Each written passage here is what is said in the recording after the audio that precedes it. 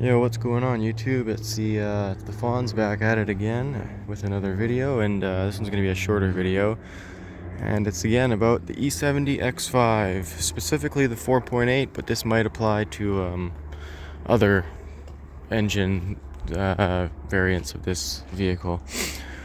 So this video is going to be on your crankcase ventilation. Now the reason I'm doing this video is because I pulled over and we went to the store and came out, started my car up, truck, whatever you want to call it, and there was a massive plume of blue smoke that came out of the exhaust. And I'm thinking, oh my god, what is this? So then I'm thinking about it and I'm like, it's never done it before, it just was a random thing. It's probably the crankcase ventilation because, these engines aren't terrible. It's either the valve stem seals, it's a coolant leak, or probably crankcase ventilation because, yeah, those are the main issues with this engine. Those two things, really. So I got to work here, 954 Motoring. If you guys are in the Vancouver area, Lower Mainland, that's where we work. Come stop by, body shop. And so I came to work here, it popped the hood because everything was running fine. It wasn't smoking anymore. The smoke kind of came, went away. And like I said, it's never done it before. So I got to work, pulled over here, and you're going to have one over on the driver's side, one on the passenger side. And you've got these little clips here. 1, 2, 3. Now, a lot of people say you gotta take all the airbox and stuff off to get to these. You don't. Just get like a nice pick tool like this and pop this one out like that. Pop this one out like that. And then pop the third one here like that and just get it. You don't even need a clip tool. You can just use a regular screwdriver that comes with your car. And then you should be able to pull it up like this and then just get the screwdriver in there and pop it the rest of the way. And you'll have access to your little orange guy there. Now, from here, all looks good. Now, that's my bad one, but I'm going to show you guys what the good one looks like first. So this is my driver's side. It's going to be the same type of thing. It's going to have a little cap on here like that. You just pop all the little clips off, or well, 3 of them, and then you can get enough room to pry it off. Just be careful. These are brittle and it may break, but they're cheap to buy. And yeah, this is what a good one looks like. See how the rubber is all nice. It's got, like, if you push on it, it comes back up. There's spring tension. Now, one way to check it, if you push on it and it doesn't come back up, that's bad. There's a spring in there that's supposed to have tension when you go up and down, and if you don't feel that spring in there, then that's also bad. Now mine has spring tension here. If I push it, it comes up and down, but if you look closely there, what do you see on the edge? You see a little tear there, right? So mine actually, you can lift the whole thing up and look at that in there.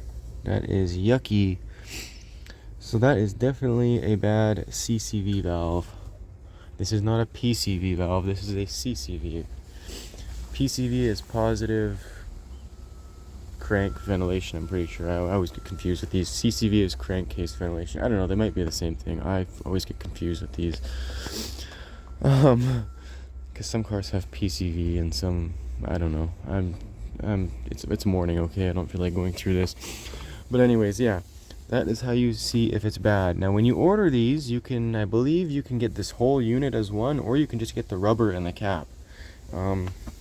I'll probably just get the rubber and the cap because actually you'll see here I broke one tab on mine. But yeah, I believe it's as simple as just popping these rubbers out, putting new ones in, and yeah, slapping these caps back on. And these things literally you just gotta line them up with the notches here, and it will pop right back on, just like that.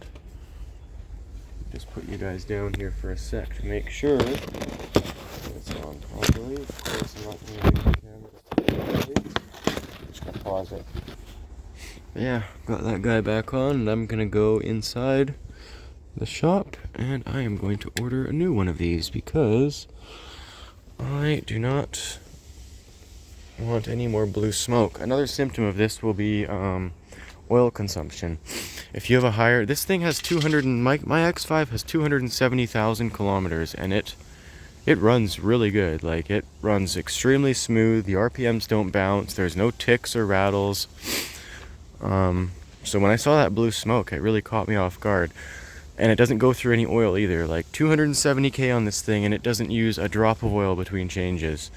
So I mean, everybody says that these 4.8 motors are bad engines, but they're really, really not bad engines. They're quite good engines as long as you keep on top of maintenance. Like, the bottom end on this thing is bulletproof. I beat on this thing every day. I do. Mine's rear wheel drive because I have the X Delete. I'll do a video on that in another day. I have X Delete and XHP transmission tune on this thing, and it takes whatever I throw at it. I can do burnouts all day, and it will just take it.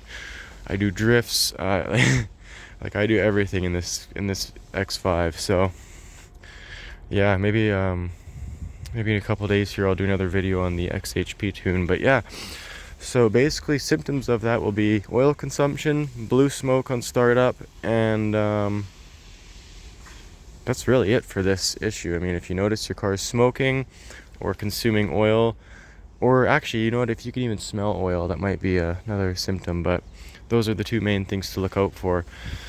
So I hope that this video helps you guys, and please like and subscribe, and I'll be putting out more videos like this in the near future. Check out my other videos. I have a couple more on how to take off the front bumper, how to check the transmission fluid on a Mercedes, and a few other ones. So, Fonz, out.